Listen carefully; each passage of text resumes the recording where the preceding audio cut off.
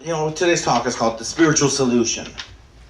And I looked up spiritual solution as far as new thought goes. And what I got was we need an understanding of new thought if we are going to look for the spiritual solution. So I'm going to read a couple of things because my mind, while it's good, it doesn't remember everything.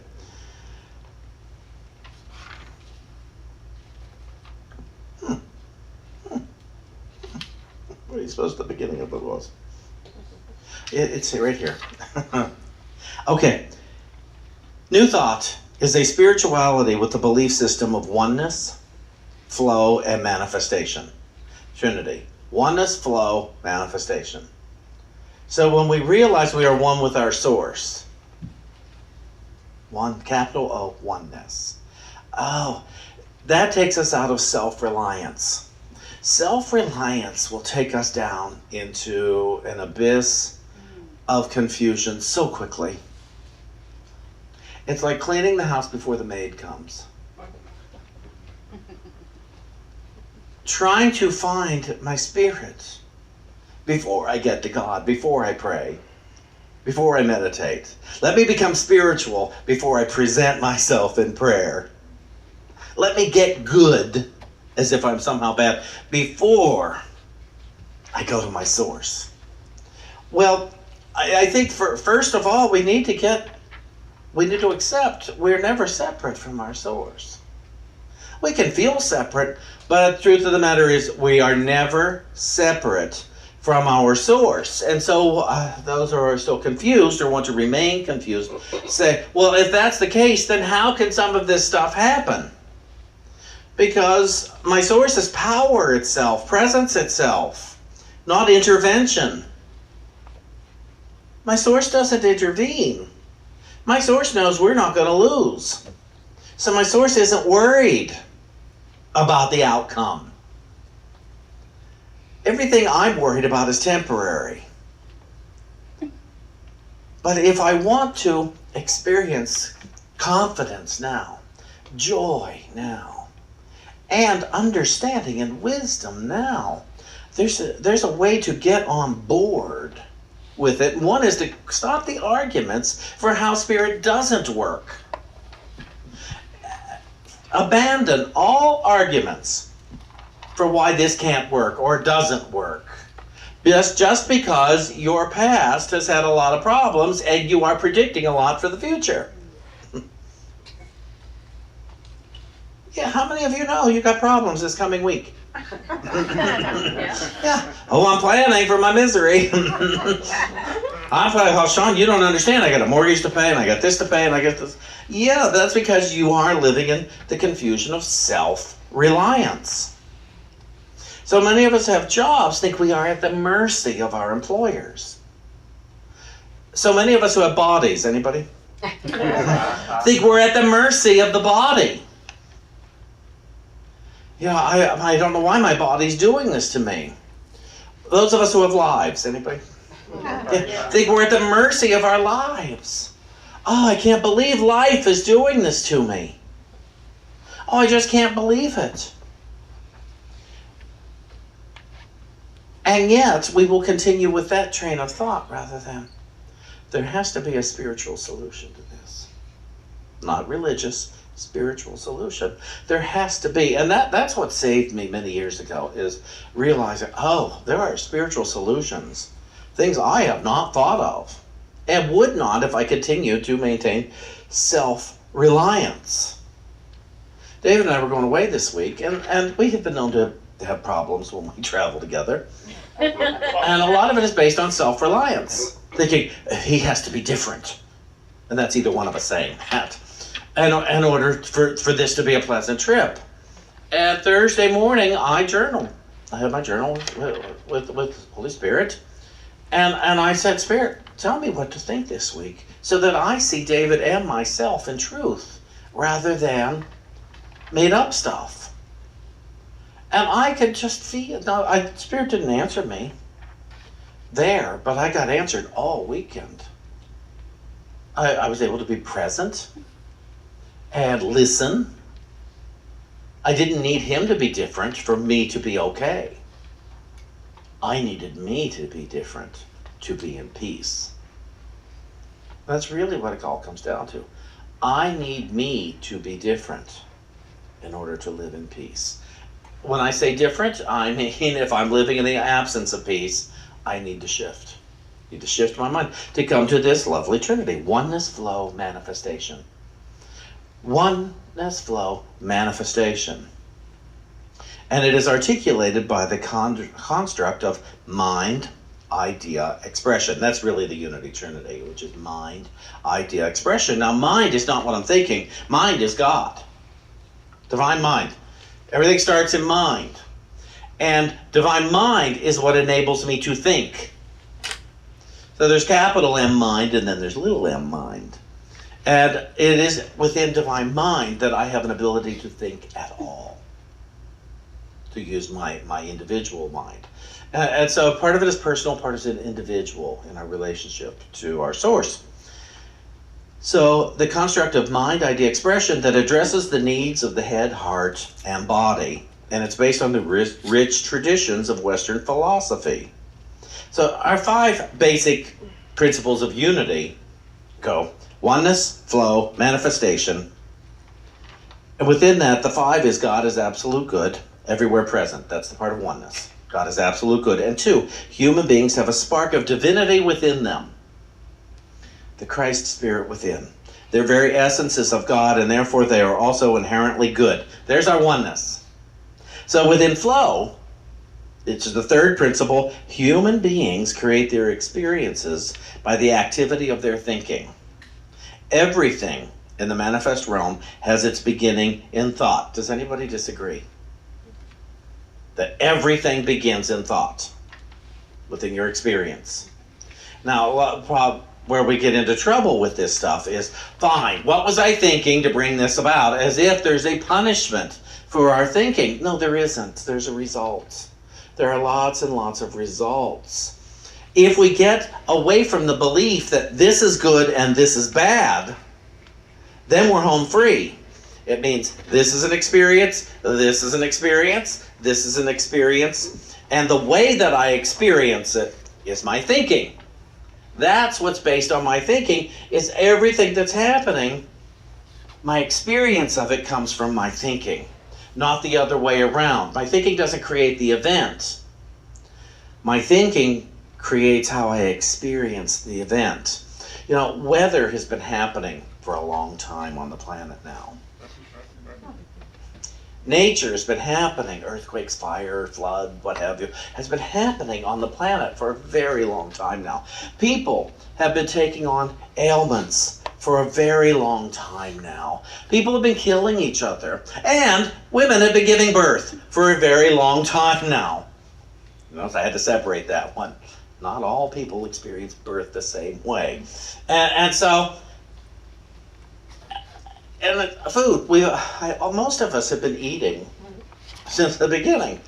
And so to look at that, but the way I experience food isn't the same way everybody else experiences food. There is not a general agreement that food is the same.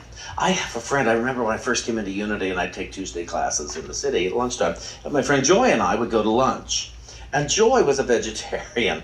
And she used to say, she'd get this big vegetarian dish and say, oh, this is so yummy. And I thought, sure, she's just making lemonade out of lemons. She's just trying to enjoy that plate of vegetables. Because that looks awful to me. I mean, that's a side dish. That is not a main course. And she said, no, I'm serious. I love vegetables. I thought, son of a gun. That was really new to me. I didn't know a lot of people. At that point, I was still coming out of the nightclub circuit, which was self-indulgence in every aspect of where you go. So, the basic principles, 3 was human beings create their experiences by the activity of their thinking. Everything in the manifest realm has its beginning in thought. And 4 is prayer is creative thinking that heightens the connection with God mind and therefore brings forth wisdom, healing, prosperity, and everything good. Now that's the flow. Now finally, manifestation, the 5th principle. Knowing and understanding the laws of life, also called truth, capital T truth, which means no opposite, are not enough. So knowing and understanding the laws of life, also called truth, are not enough. A person must also live the truth that he or she knows. It's like, oh, are you kidding me? Are you kidding me? I've studied it. I like it. Isn't that enough? I have to live it. Are you telling me I've got to interrupt thoughts that declare the separation between God and me? Are you telling me I've got to interrupt the thoughts that declare separation between you and me if I want to live this magnificent life that I am promised? Yes, is the answer. I've got to do that. I've got to do that. It's not that I will be punished if I don't. It's that I'll miss out on what I am promised. It's kind of like you can't be sober and drink at the same time. You can't be high and sober at the same time. You cannot be caffeine-free and drink coffee at the same time. You cannot be sugar-free and eat sugar at the same time. And you cannot be kind and unkind at the same time. You just can't do it. And so either God is or God isn't is how I look at it. So when I look at my life, and sometimes I think, oh, what the heck am I going to do? I just hate this. I'm so uncomfortable. And I think, well, either God is or God isn't. So in this, God, show yourself to me. Spirit, show yourself to me. I'm listening. It always gets revealed into something that really has no cause to upset me. That has no source underneath it to upset me other than a thought, but not a true thought. Just a temporary thought. So then I looked up the New Thought Alliance Declaration, the principles to go with the oneness, the flow, and the manifestation. Oneness. We affirm God as mind, infinite being, ultimate reality. We affirm that God the good is supreme, universal, and everlasting. 3, we affirm the unity of God and humanity in that the divine nature dwells within and expresses through each of us by means of our acceptance of it as health, supply, wisdom, love, life, truth, power, beauty, and peace. So in the flow category, we have 4. We affirm the power of prayer and the capacity of each person to have mystical experience with God and to enjoy the grace of God. What is the grace of God? It's when we say, oh, I wish I were dead, and we don't die. There's the grace of God.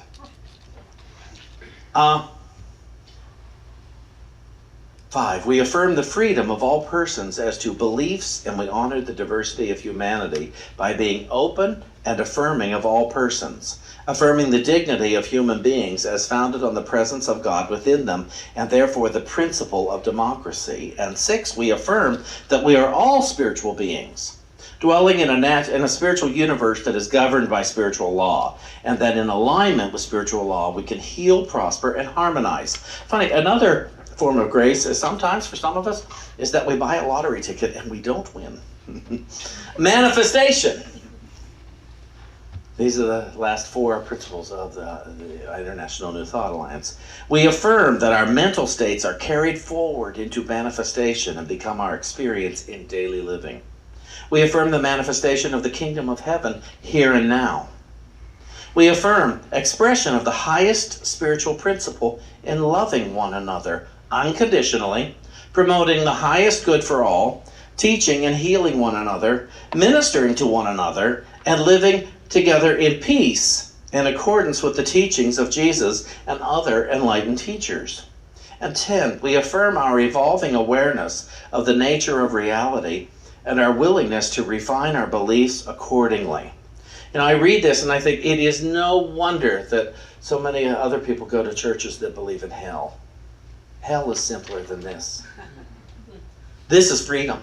This is complete and total freedom. This is about the absence of sin. This is about the absence of hate.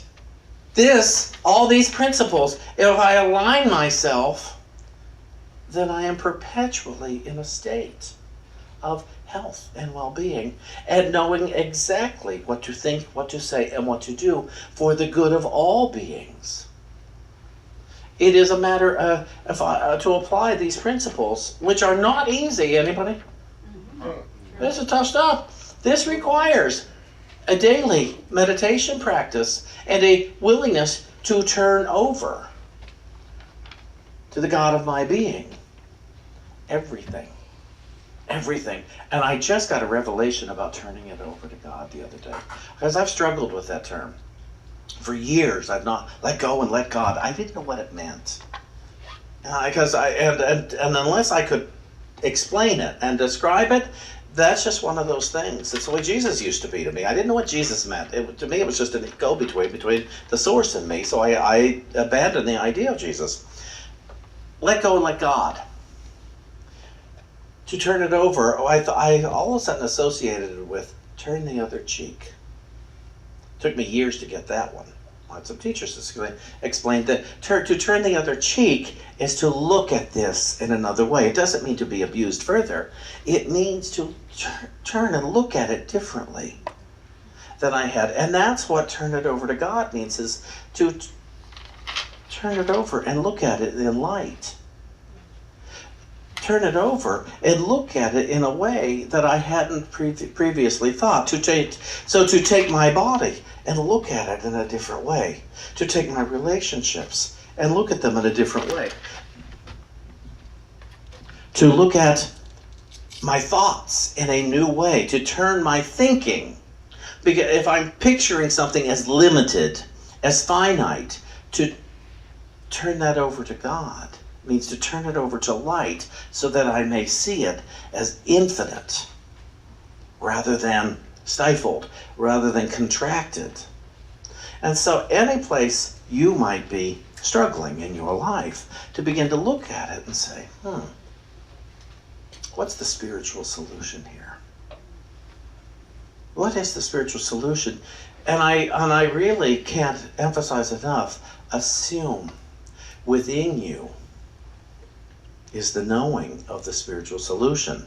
Now, that may come out of someone else's mouth to you, but to know, I don't have to struggle. There is not a virtue in struggling. There's not a virtue in poverty. There is not a virtue in thinking, I can't have my good. There's not a virtue in thinking, my good is absent. There are lots of virtues in, my good is present here. What's the spiritual solution to seeing it? If I can admit, okay, Shawn says, my good is here. The books all say, our good is here. Whatever our good happens to be. Peace is here, joy is here, love is here, health is here, well-being is here. It's not there, it's not coming, it's already here. And anybody who's ever had a healing realized, oh, it's here. It's not in the future, it's here. And so, what is good for me and my life experience is here now. What's the spiritual solution to seeing it, to experiencing it? And if you stay on that track, write about it, journal about it. Don't tell God everything that's wrong. Don't tell Spirit everything that's wrong. Quit telling yourself everything that's wrong. You don't want to convince yourself of what's wrong in your life. You're already convinced enough. Don't try to convince your source. That's the last thing you want to do, is convince your source of what's wrong. Except there is a spiritual solution to this. What thoughts do I need to think to see it? What words do I need to say to call it forth?